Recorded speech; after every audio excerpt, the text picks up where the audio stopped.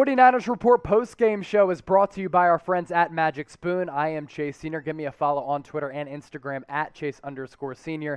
If you want $5 off on the healthiest and tastiest cereal out there on the open market, go to magicspoon.com/49ers Report.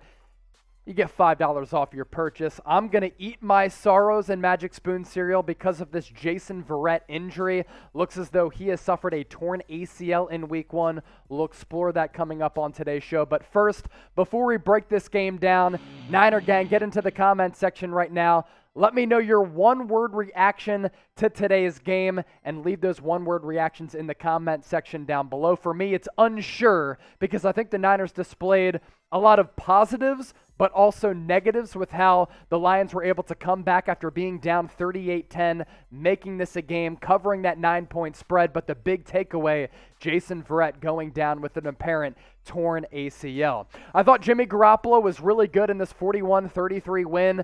On the day, he went 17-25 for 314 yards and a touchdown. That lone touchdown to Deebo Samuel, who went off for 9 receptions for 189 yards and a 79-yard touchdown pass. Trey Sermon was a surprise inactive for today's game, so because of that, Elijah Mitchell got a bulk of the carries because early on, Raheem Mostert went down with a knee injury. As far as the Lions, it's hard to really make anything out of what they were able to do because they were able to come back late in this game in desperation territory, and because of that, Jared Goff's numbers of 38 for 57 for 338 yards and 3 touchdowns and a pick looked a lot better than they actually were. That lone interception leading to a pick 6 for Dre Greenlaw. My biggest takeaways for today's game. We have to start off with Jason Verrett's torn ACL.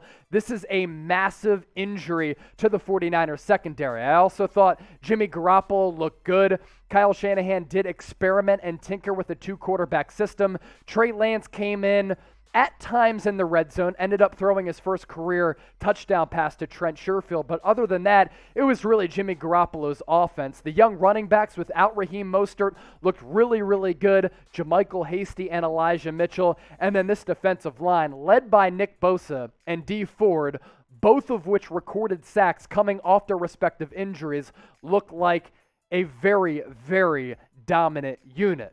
Let's start off with this Jason Verrett injury news. So Kyle Shanahan saying in his post-game press conference, he believes that Jason Verrett has suffered a torn ACL. This is awful injury luck for Verrett.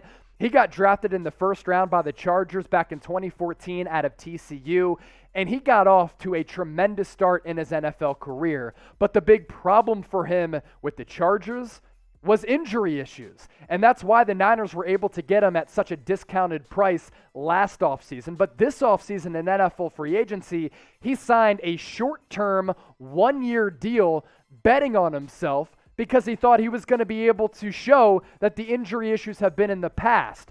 But it appears as though Jason Verrett has suffered a torn ACL. We're reacting to this news as a breaking news situation. That's what Kyle Shanahan said in his post-game press conference. And if that ends up being the case, that is disastrous news for this 49ers secondary. Absolutely brutal, because last year when Verrett was able to display that he was healthy and on the field, he was one of the top cornerbacks across the National Football League. In coverage, I believe he only gave up 1 touchdown pass. He put together a really impressive season that saw him come through with 60 tackles, 2 interceptions, 7 pass breakups. In NFL free agency, he bet on himself, hoping that he would be able to escape some of those injury issues that have hovered around him throughout his NFL career. They have surfaced yet again. Early in his career, he suffered a torn ACL. Looks as though that's going to be the case yet again.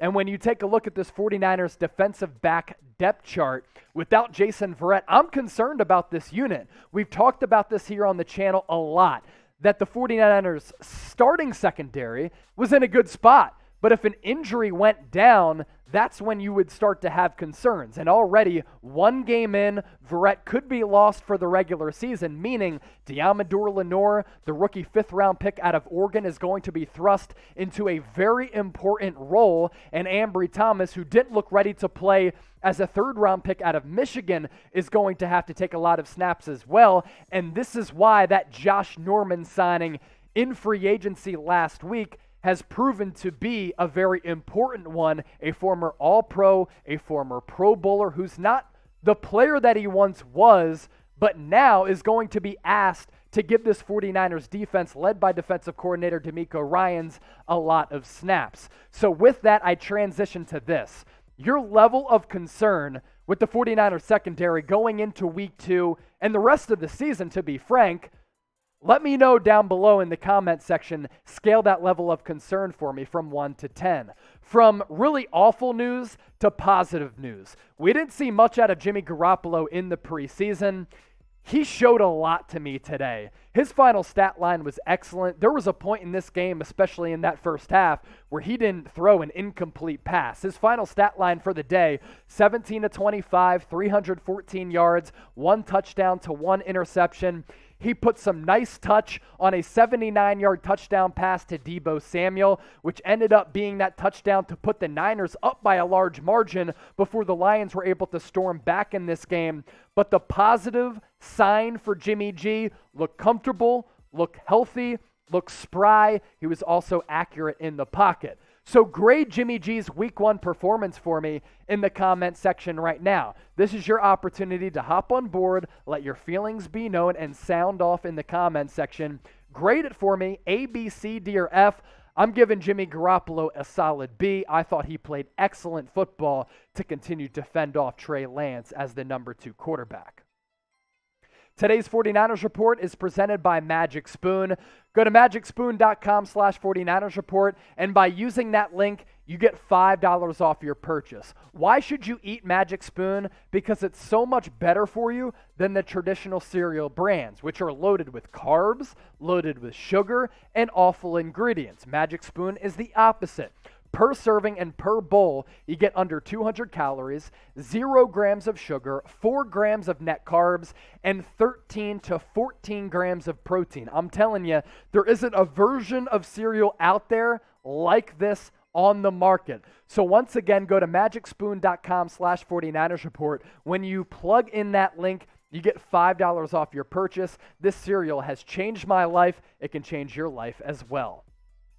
Another key to the game, how these young running backs played. So Trey Sermon was a surprise inactive for today's game. Raheem Mostert went out in the first quarter. And Elijah Mitchell, the rookie out of Louisiana, made the most of his opportunities. I thought he ran decisively. I thought he was able to identify open holes. He ran with some power and showed some speed on that 39-yard touchdown run where he took it to the crib.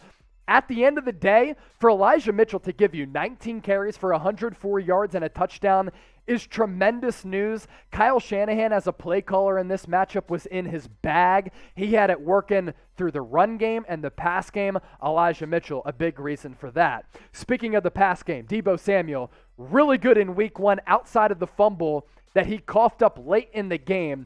Really weird sequence to end it. So after the Niners go up 38-10, it looks as though they're going to cover the 9-point spread, which I had taken. Yes, I'm in shambles.